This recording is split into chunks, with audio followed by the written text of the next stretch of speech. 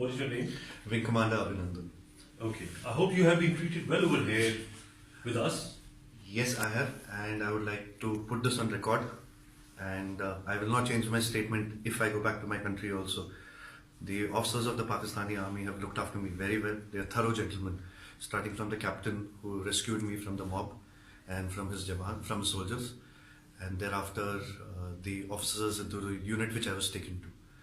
Okay. This is what I would expect my army to behave as, and I am very impressed by the Pakistani army. Okay, wonderful. So, Wing Commander, you hail from which place in India? Am I supposed to tell you this, Major? I'm sorry. I'm from down south. You're from down south? Yeah. Okay. And are you married? Yes, I am. You're married? Yes. Okay.